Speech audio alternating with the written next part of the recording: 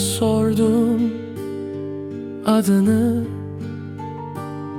rüzgara bıraktım ahımı. Ovalar bilir sevdamı, kalbimde saklı yarını.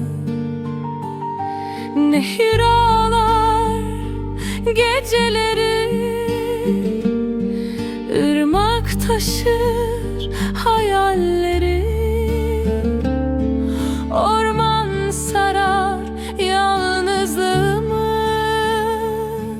yıldızlara anlatırım seni.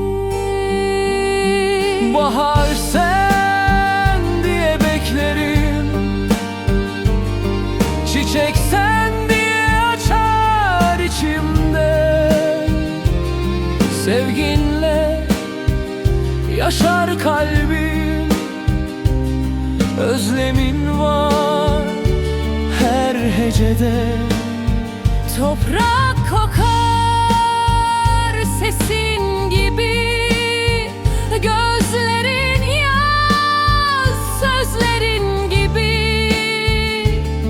Her duamda sen varsın, kalbimin tek sahibisin.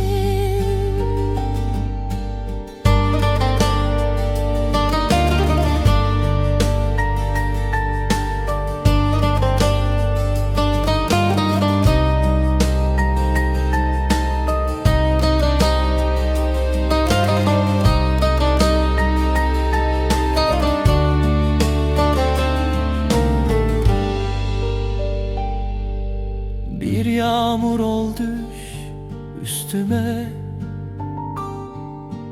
bir rüzgar ol sar gönlüme. Bu hasret bitsin artık, gel sarıl ömrüme. Bahar sen diye beklerim, çiçek sen diye açar içimde. Sevginle yaşar kalbim, özlemin var her hecede. Dağlar şahidim olsun, nehirler yeminim olsun. Bu kalp sadece senin, baharım seninle dolsun.